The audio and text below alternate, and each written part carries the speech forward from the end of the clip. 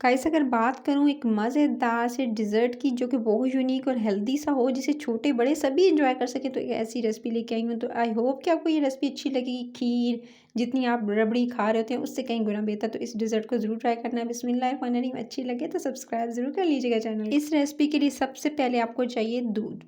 दूध लेंगे, full fat milk लेंगे, तकरीबन 2 गिलास दूध आपने शामिल करने हैं। और उसके बाद आपने क्या करना है, जब तक दूध उबल रहा है उसको हल्की धीमी आंच पे छोड़ दीजिएगा। आपने लेनी है सूजी, तो आधा कप सूजी ले लीजिएगा। सिंपल जैसे दूध के अंदर 2 से 3 बॉयल आए वही देख सकते हैं। दूध जो है वो इसके ऊपर जो है वो मलाई आना स्टार्ट हो गई। इसको मैंने तकरीबन जो है 3 से 4 मिनट अच्छे से उबलने दिया है। दूध को पहले अच्छे से उबालिएगा। उबालने के बाद फिर इसके अंदर शामिल कीजिएगा 3 से 4 अदद हरी इलायची। साबित इस्तेमाल कर रही हूँ, पाउडर का इस्तेमाल भी कर सकते हैं आप। तो इस तरह से मैंने इसको 3 से 4 इलायचियों को धीमी आंच पे पकने के लिए 2 से 3 मिनट का टाइम दे दिया।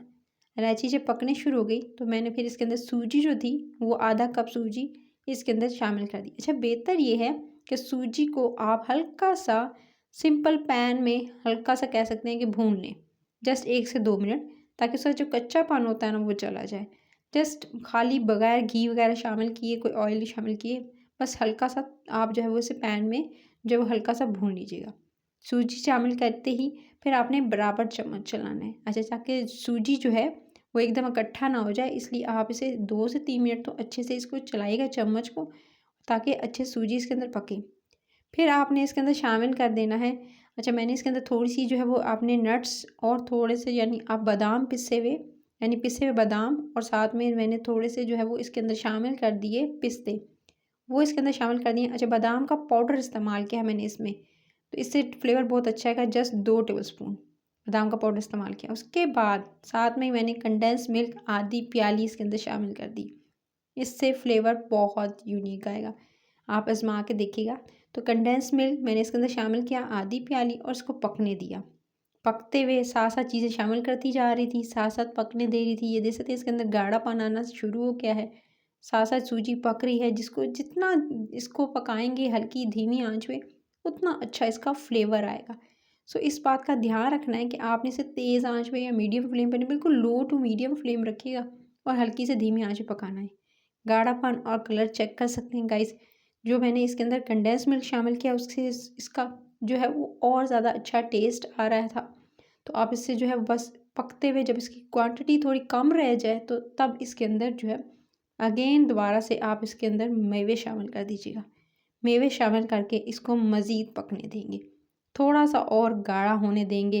अच्छा, चीनी की मिकदार चेक कर लीजिएगा। अगर आपको चीनी कम लगे इस स्टेज पे तो चीनी शामिल कर सकती हैं, लेकिन सबसे पहले इसमें शामिल करती हूँ बिल्कुल एंड पे इसके अंदर क्रीम। मैंने टेट्रा पैक वाली यूज़ की है, डब्बे वाली। तकरीबन इसके अंदर 3 टेबलस्पून खाने के मैंने इसके अंदर क्रीम के यूज़ किए हैं। बहुत ज़्यादा अच्छा रिच फ्लेवर आएगा। सो 3 चम्मच खाने के आप इसके अंदर क्रीम के यूज़ कीजिएगा और इसको अच्छे से पकने दीजिएगा। मज़ीद पकाएंगे, इसको और गाढ़ा करेंगे और चीनी भी शामिल कर देंगे। चीनी की मिकदार थोड़ी कम लग रही थी, सो मैंने इसके अंदर 2 खाने के चम्मच सिर्फ़ और सिर्फ चीनी के शामिल किए हैं। कम ज़्यादा अपने हिसाब से आप देख सकते हैं। अगर आप कम खाना पसंद करते हैं मीठा, तो आप जो है कंडेंस मिल्क के बाद चीनी मत ऐड कीजिएगा, लेकिन अगर आपको कम लगे तो 2 चम्मच ऐड कर सकते हैं खाने के नॉर्मल जो होते हैं। उसके बाद इसको पकाया, पकाने के बाद चूल्हे से उतारा। जो बहुत ज़्यादा गाढ़ी हो गई, कुछ इस तरह की कंसिस्टेंसी आ गई, नॉर्मल रूम टेम्परेचर पर ठंडा किया और इसके बाद इसका सर्विंग बोल में निकाल लिया।